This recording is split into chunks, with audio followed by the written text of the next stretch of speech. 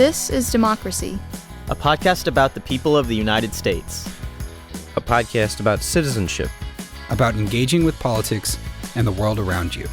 A podcast about educating yourself on today's important issues. And how to have a voice in what happens next. Welcome to our new episode of This is Democracy. This is a very, very special episode. I think it's as special as any one we've done, perhaps since the first one. This is our 200th episode. Isn't that amazing, Zachary? It definitely is. It's been a long time. It's been less than 4 years, almost 4 years since we started in July, I think it was, of 2018. That's correct. And here we are in June of 2022. So not quite 4 years. And we've done 200 episodes. So we've averaged more than 50 episodes a year, almost one a week. My gosh, the world has changed so much. When we started this episode, I should say when we started this podcast, we were in the midst of the Trump presidency, and here we are reaching the midterm of the Joe Biden presidency.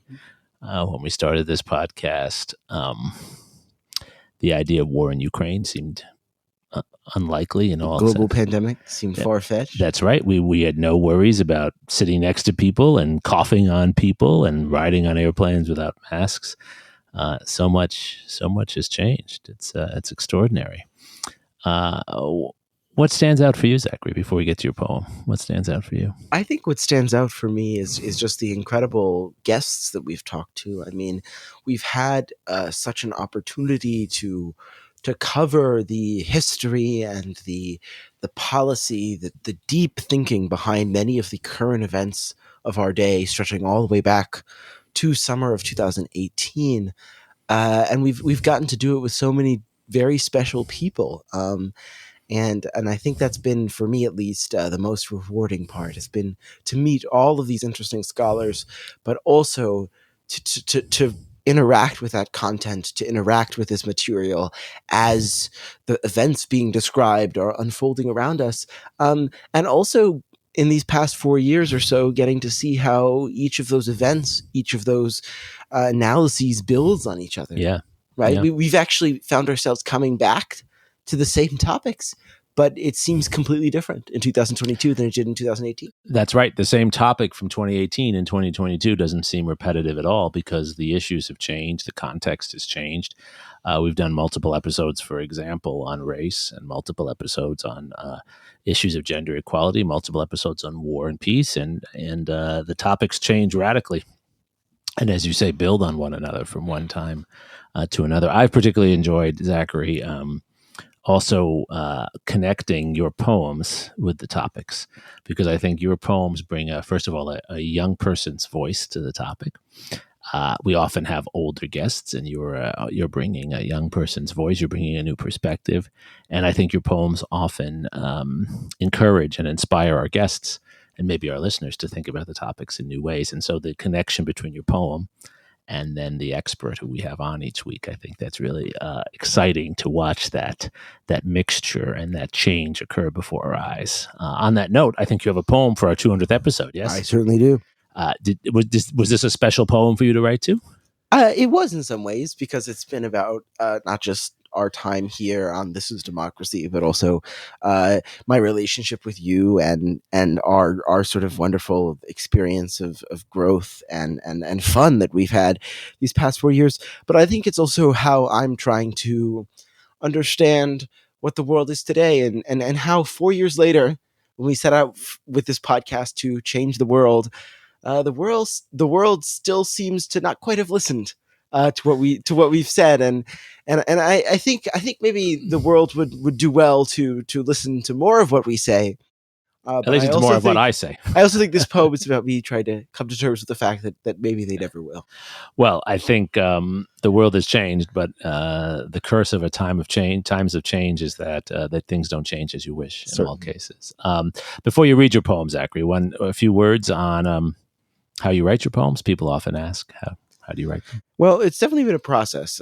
I like to say that this is my least favorite and favorite way to write a poem because it is very painful to have to write to a specific topic every week, to have to conform my words to a topic that often seems either taken too closely out of the headlines to be something that can be made literary, or something that is so personal that it's difficult to put on paper, if that makes any sense.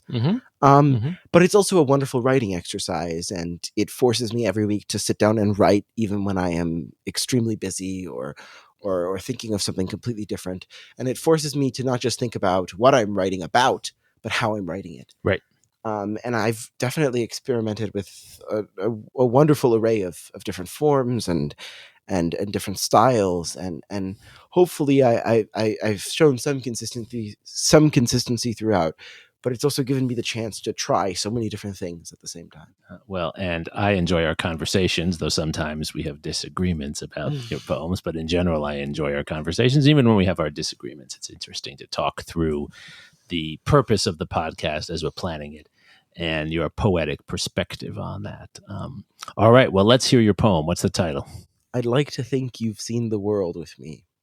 Well, I'd like to think that too. Let's hear it. I'd like to think you've seen the world with me in little snippets from across the globe. We've seen what weighs us down. Oh, to be free. We talk still when the world's a burning tree, burning so lovely on the ocean robe. I'd like to think you've seen the world with me. Dream which calls the immigrant from the quay, dream which nibbles ever at our earlobe. We've seen what weighs us down. Oh, to be free. It lives, its memory a desperate plea. It lives, flashing at us like a bright strobe. I'd like to think you've seen the world with me. We live, one carrot at a time, one pea. We gather our sorrows, scrub them with soap. We've seen what weighs us down. Oh, to be free. Whisper hopeful things in times without peace. Keep moving, keep going, pulling the rope.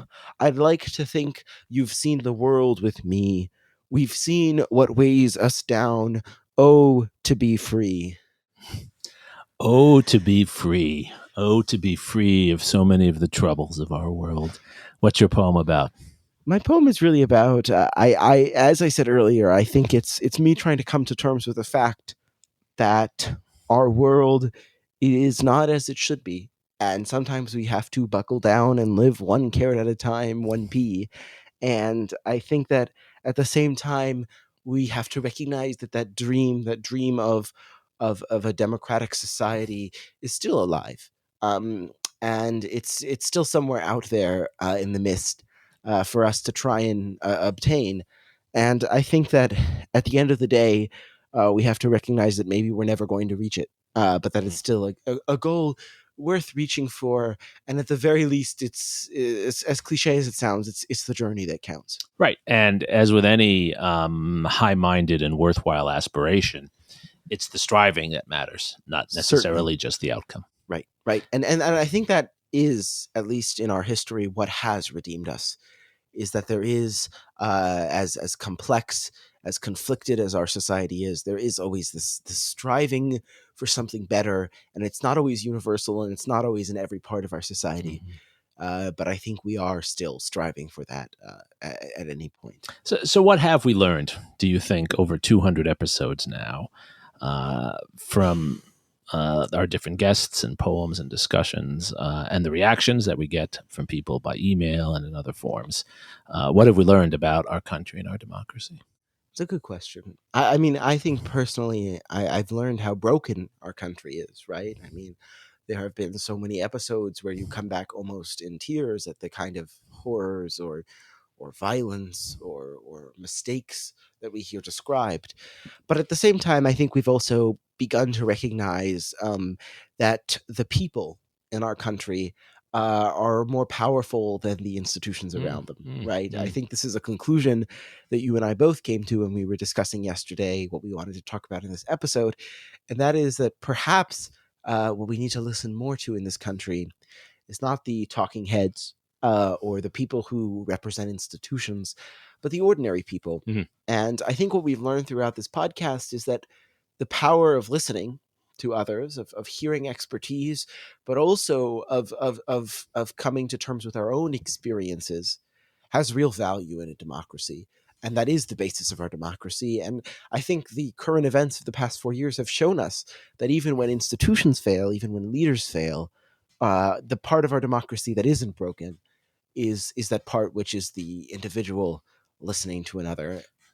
Right. As cliche as it sounds. No, I don't think that's cliche at all. I think it's a very important point, and I do think you started in a way that I fully agree with. I think we've learned about many of the seen and unseen problems in our democracy, whether we're talking about unfairness towards certain groups, problems with the criminal justice system, voting, representation.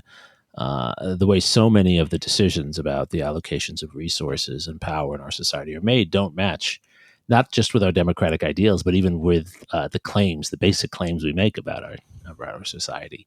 All of that said, and we've explored that deeply, I've also been struck, and I think you hinted at this, by the enormous energy and creativity of so many people we've brought on. And there is a kind of Tocquevillian element to this. Alexis de Tocqueville, who came to the United States in the 1830s, was struck by all the problems American democracy had, but also all the creative things different groups of people were doing. He called them associations, the ways in which different kinds of groups of people were coming together to address issues, to represent one another, to demand change, and often to make change even when their elected leaders wouldn't do it. And he drew a very strong contrast between that form of social and political behavior, the mores, as he called them, of the United States, and those of his own country, France, where associations, free groups, organizations of individuals at the local level addressing issues in creative ways, those were largely non-existent and largely illegal, whereas they proliferated in the U.S. And I think they proliferate now as much as ever. Right. We've seen so many of these groups. Now, some of these groups are also doing bad things. Right. The Proud Boys and these other horrible fascist white supremacist groups, which we've talked about with some of our guests, they take advantage of the freedom of association. And they take advantage, as we've talked about on the podcast, of technology to mobilize people. But what I think we've seen also is there is at least as much, if not more energy among creative people trying to do good things, trying to address transgender rights, trying to address economic fairness, trying to address religious freedom, safety from excessive gun violence in our society. There's so many groups doing these things. And it's almost as if we have a proliferation of the good and the bad in our society today. And I think our podcast, to some extent, has captured that, which, of course, is one of the foundations of democratic thinking in the U.S., the term Madison uses, right? Pluralism. Right. I think the pluralism of our society is alive and well. The problem is that pluralism goes in both directions, good and bad, inclusive and exclusive. And I think one of the things we have to think about is how do we accentuate the positive pluralism and diminish lots of the negative elements of pluralism in our society. Do you think podcasting helps with that, Zachary? Do you think this has been a worthwhile project? I mean, we went into this project because we were interested in the topics and we wanted to do this. It was your idea, actually, at first. But I think we also hoped that it would have a positive effect, that this was a kind of form of activism. What do you think? Have we succeeded so far? I think the incredible opportunity of the podcast platform is that it is exactly what I was saying before about conversations.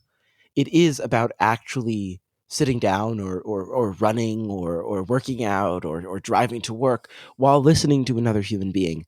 And it's not confrontational. You're forced to just listen, not respond, not provoke, not be provoked. You're forced to actually listen to what the other person has to say. And I think that is really powerful. I think it helps bring out the things that we agree on. And in some ways, I think finding what we agree on is pushing us towards that positive pluralism. But at the same time, I think that the danger of the podcast medium, which we've seen in the past few years, is that it can also lead to a disregard for the importance of facts and a shared truth. And at the end of the day, I think that what our podcast has shown is that what any good effort to address democratic issues in our society needs is to start from a basic platform of truth and to start with the history, with the facts that matter. And I think when we started this podcast, a lot of our assumptions were that people would know some of the facts, right? That we were taking the history that's taught in the classroom and bringing it into the present. But in some ways, we need to bring the history in the classroom into the present.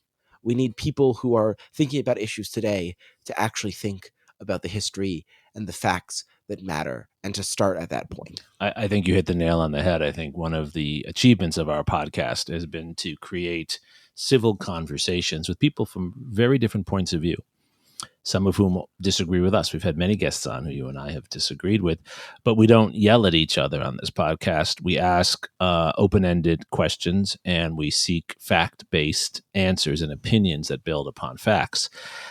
And we do that by looking to the past to understand what's happened before we advocate for positions today.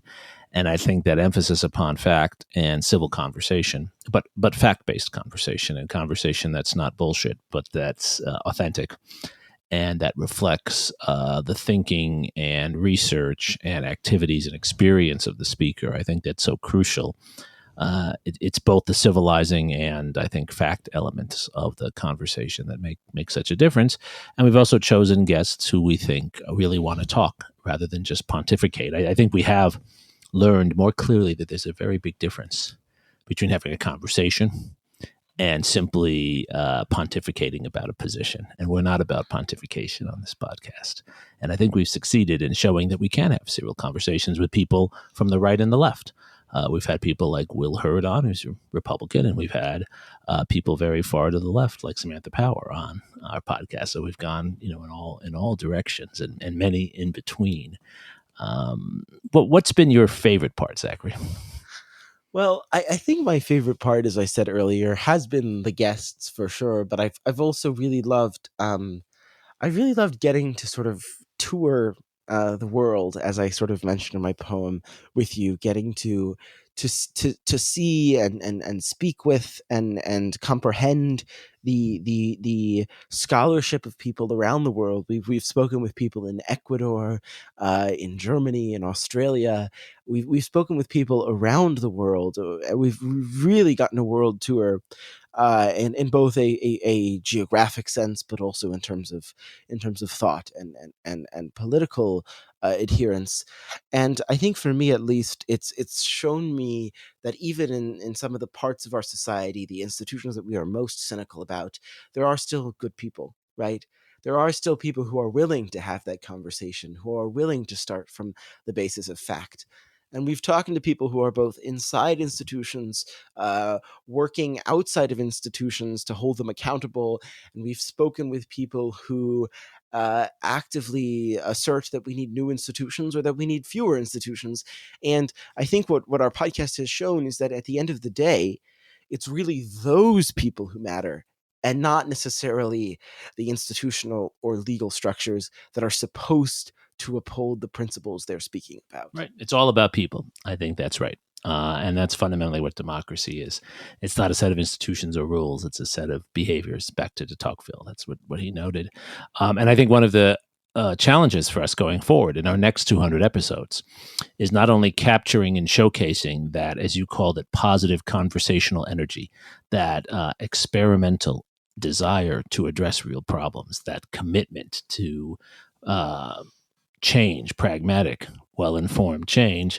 I think the challenge is building on that and finding ways to channel that into our politics. So it's not just in our ears, but actually in our society in wider ways. Turning, I think, what we've seen, so much of the positive energy in our podcast discussions coming from our guests, and turning that energy into something more than conversation, but into the actual day-to-day politics of our society, which are dominated not by these conversations, but instead by the name-calling, the hate, the anger, the separation, the dividing, the extremism. Somehow bringing these productive conversations, these thoughtful conversations, these pragmatic ideas, bringing them into our politics. And I think we have to explore how the podcast can do a better job, our podcast and others, in helping to leverage these Right. discussions for change. And I think on that note, too, we need to make sure that we're not just hearing from the same old voices. I think particularly in an age of isolation and really sort of tribalism, we've gotten a little too stuck in some of the same people, the same ideas, the same politics. And I think that part of the responsibility that we're going to have moving forward is not just hearing from the voices that are already heard in a longer format and getting to actually ask them real questions, but also hearing from voices that aren't heard and doing our own sort of in investigation, if you will, our own sort of fact-finding mission, right? Finding people who are really on the ground.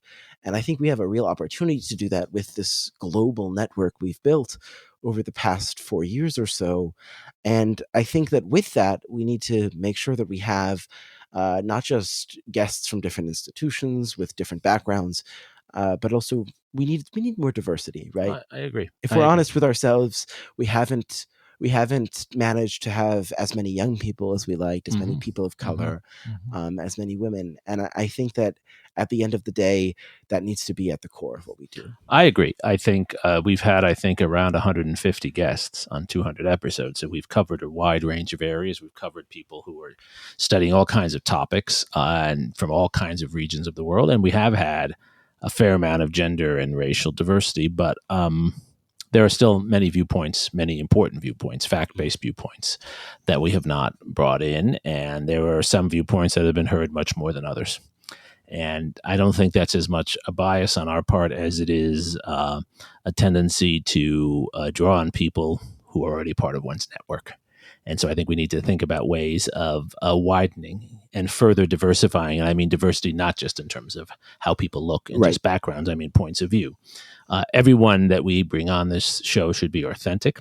They should be talking about what they really believe in rather than pontificating.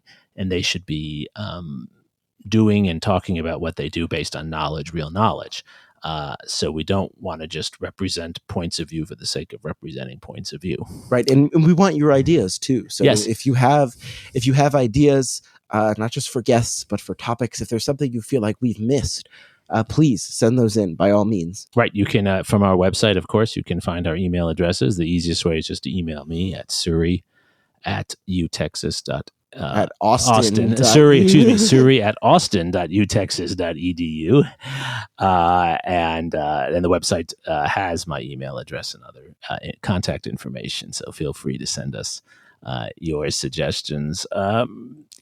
Zachary, what do you think the poetry adds? It's the signature element of our podcast, in addition to the quality of the conversation, in addition to the quality and range of the guests and the democracy-focused questions and the historical perspective.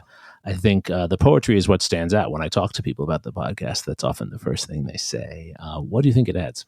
I think it adds, as we were saying earlier, that personal element, right? It brings it back to the people who are experiencing the topic at hand, the people, the emotions, the personal, the feelings, the ethereal nature of the topic. And it forces us to look at whatever the topic of the week is from the perspective of the people who are actually experiencing it. And it takes us outside of the institution.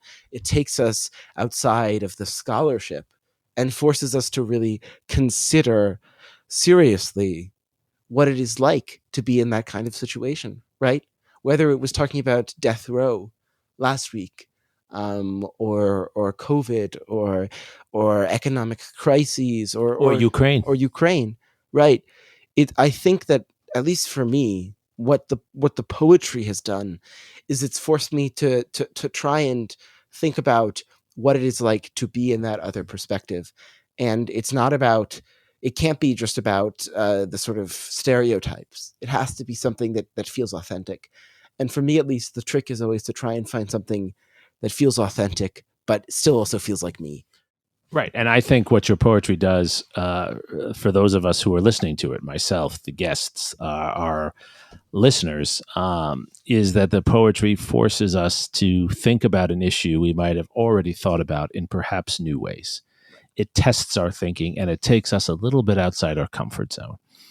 And too much of what we do in the world today either tries to reaffirm what we already think or attack us for what we're thinking. Right. Poetry, as any great art form, has the opportunity to do neither of those things. It does not reaffirm and it does not attack. It actually reforms. Yeah, and I think also, at least for me, it's the power of coming into the conversation with my poem written, and our guests with their notes, with their evidence prepared, and seeing how the two mesh. Right? Yes. I mean, there have been times when it's night and day, right? And it's hard to reconcile the poem with the conversation. But I think that makes it even more powerful. I agree. And I think at the end of the day, it's about trying to find that emotional truth. And it's very interesting to see how different guests have responded to that, how different poems have fit in to the experiences that we share here on the podcast. And I think that's been, at least for me, what's most valuable about bringing the poetry in. And I think it fits with one of the other really important elements of the podcast, which is that we have planned thoughtful conversations, but they're open-ended. We don't begin by saying we want to end with affirming this position or affirming this candidate. And the serendipitous connection between your poem and the guest statements, or the non-serendipitous non-connection, changes the development of the conversation. And so every conversation is a new adventure. Everyone goes in a new direction. There's no pre-planned end except the clock, in a sense. And that makes the conversation more real. It makes it more creative. And I think it actually opens it up to more honesty rather than prefigured performance. Certainly. I would definitely agree. And I think also that we've also, at least personally, I think that I've really grown as a questioner. And I think you have too. I think you have too as well. In that I think we've managed to really, I think, capture the most important topics in our questions, to cover a lot, while also keeping that personal element, that emotional truth at the center of our discussion. And I think in our best moments, we've managed to cover the historical, the factual, the depressing, while still keeping that emotional truth there, and still keeping the hope there. The hope as well. The hope, right? Because our podcast is hopeful. Our podcast is open-eyed about the challenges, as you said, even the depressive elements of our society. We've dealt with the ugly, killings, war, injustice, hate, prejudice, genocide. We've dealt with all the big, difficult issues, and unfortunately, there are more of them in our world now than what we expected when we started this podcast. But as we've done that, we've remained hopeful, I think, because we see the energy and the creativity of the people we talk to, and because that historical perspective tells us that human beings have endured in imperfect ways, in unjust ways, in unfair ways, but they have endured, and we do have the capacity to learn. We don't always learn, but we have the capacity to learn. And I think, Zachary, that might be the hopeful point we should close on. What makes you most hopeful from the podcast?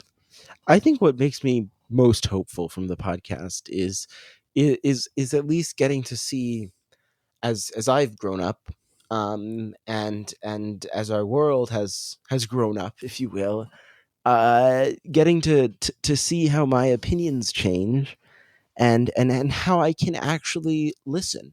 I think for me, the most valuable thing, the most hopeful thing, is the power of this podcast medium to make myself, to make others less hostile, more willing to listen, and actually hear other people and think critically.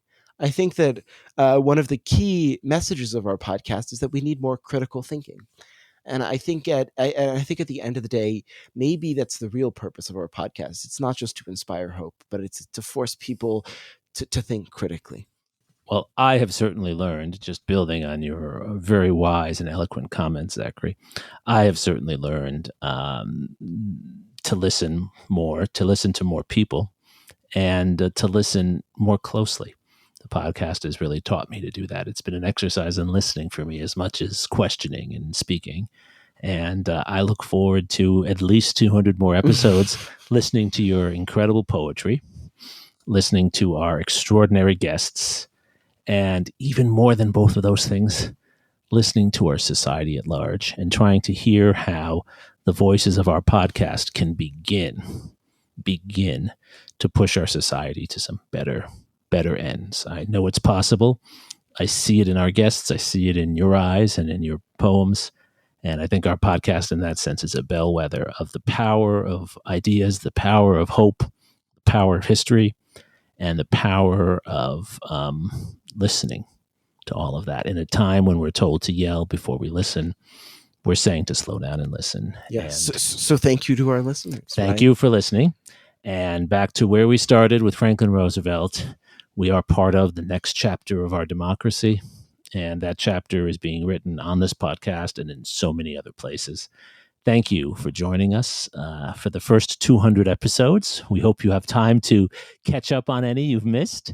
And we hope to have at least 200 more that are at least as good as the ones you've listened to. And thank you to everyone at the Liberal Arts Instructional Technology Services at UT College of Liberal Arts who've made this possible. You'll hear their voices at the beginning and the end of this podcast, and they're the real heroes. They make this podcast actually work. So thank you. And they embody all the ideals of this podcast. Thank you. Thank you so much for joining us, not just for this week, but for this podcast adventure. Thank you for joining us for This Is Democracy.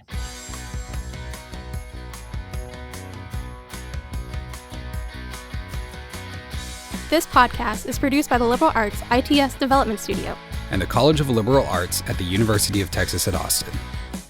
The music in this episode was written and recorded by Harris Codini. Stay tuned for a new episode every week. You can find This is Democracy on Apple Podcasts, Spotify, and Stitcher. See you next time.